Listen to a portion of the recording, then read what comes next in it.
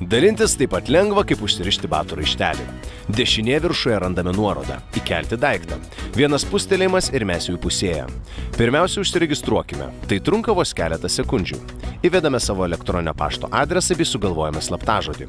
Patvirtiname savo registraciją iš savo elektroninio pašto dėžutės. Štai ir viskas. Pasirinkite, kokios kategorijos daiktą jūs norite įkelti. Įvedame daikto pavadinimą, trumpą aprašymą, miestą, kainą, nurodome, kaip galima daiktą pasiimti, pasirenkame mokėjimo būdą, kaip norite gauti pinigus. Įkeliame vieną ar keletą daikto nuotraukų ir nurodome, nuo kada iki kada norime jį nuomoti. Paskutinis žingsnis. Pasirenkame, kaip savo daiktą išskirsime kitų skelbimų jūroje. Štai ir viskas. Jūsų daiktas dalinuosi.lt. Mano zonoje galite keisti informaciją apie save ir savo daiktus, taip pat peržiūrėti vykstančius arba įvykusius sandorius. Jeigu norite savo daiktus išskirti iš kitų, naudokitės dalinuosi.lt taškais pareiškytiems skelbimams pirkti.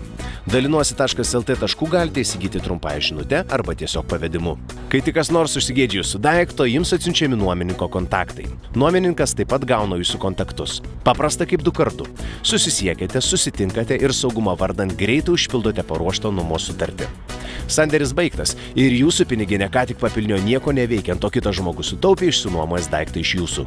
Jūsų daiktai dirbo, jūs atostogaujate Tailande, Maldyvuose ar prie Baltijos. Dalinuosi.lt pasirūpins, kad jūsų atostogoms pinigų užtektų net Palangoje. Susitiksime dalinuosi.lt.